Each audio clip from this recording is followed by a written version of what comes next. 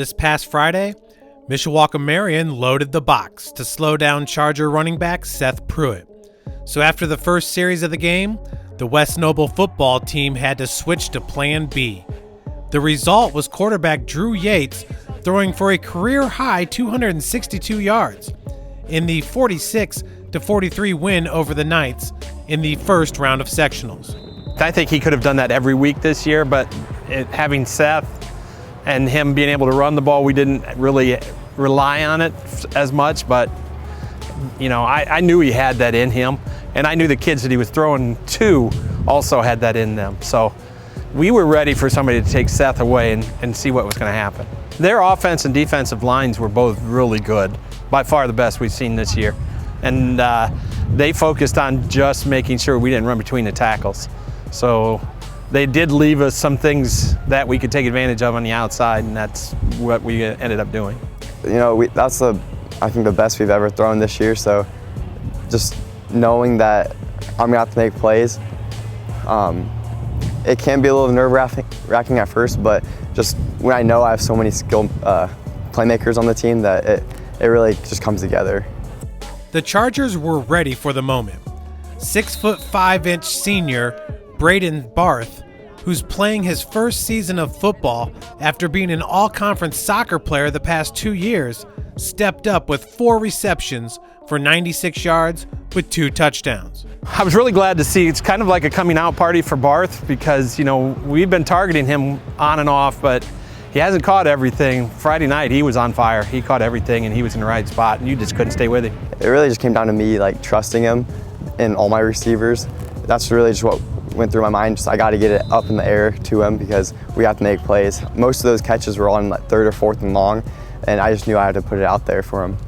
Yeah, practices this year have really helped our connection because he's kind of learned my speed and learned how to pass to me differently than other people. And so he just knows where to put it. I haven't really had to make those kind of plays yet this year, so it was something new. Sophomore receiver and outside linebacker Mikhail Bottles caught the other touchdown. He finished with 3 receptions for 49 yards and had no doubt that his team can win games by throwing the ball with Yates. Not at all. He's been our guy for the last 4 years, and I know his confidence is really there. It's a good thing as a receiver to have a quarterback with confidence. It was nice. We'd see other guys step up and really fill in roles that we needed done, and that's really promising for the weeks to come. Drew also played cornerback in this game, along with his brothers Xavier, a sophomore safety, and Ethan, a freshman linebacker who led the team with 11 tackles. Drew finished the game completing 16 of 23 passes with 3 touchdowns. The senior also ran for 101 yards with 2 more touchdowns. And inside 1 minute left in the game, guided the Chargers down the field for the eventual Nefty Silva game-winning field goal. I think the kids in themselves just kind of buckled down and they just didn't want to quit. Now that's one of the things. When we went down 14 points in the 3rd quarter, there were a lot of people that were doubting them, and I think that kind of brings them out. Up next for West Noble is the team that knocked them out of the playoffs last year, 22-0, the Knox Redskins.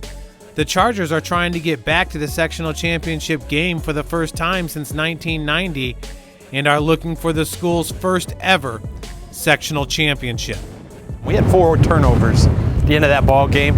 It was 8-0 in the 4th quarter, and we had the ball inside their 30, and there was a controversial call that went against us, and then we had a fumble, and then we had an interception trying to make something happen at the end, and that's where the 22 points came from. We felt like we were pretty even with them up to that point. There's a couple times where we fumbled inside the 20, and we just can't have that against a really tough team like Knox. They're bound to score almost every drive that they have on offense. So I think we're all really confident that that Knox will be a really good game and that we can come up with a win. I mean, not only that we know we can run the ball, but now that we had a really good game passing, I think it will relieve some stress off of maybe some of the running backs and put it into the hands of some other skilled players. Scoring, moving the ball well, that's something we do better this year than last, and that's something we struggled with in that game as well.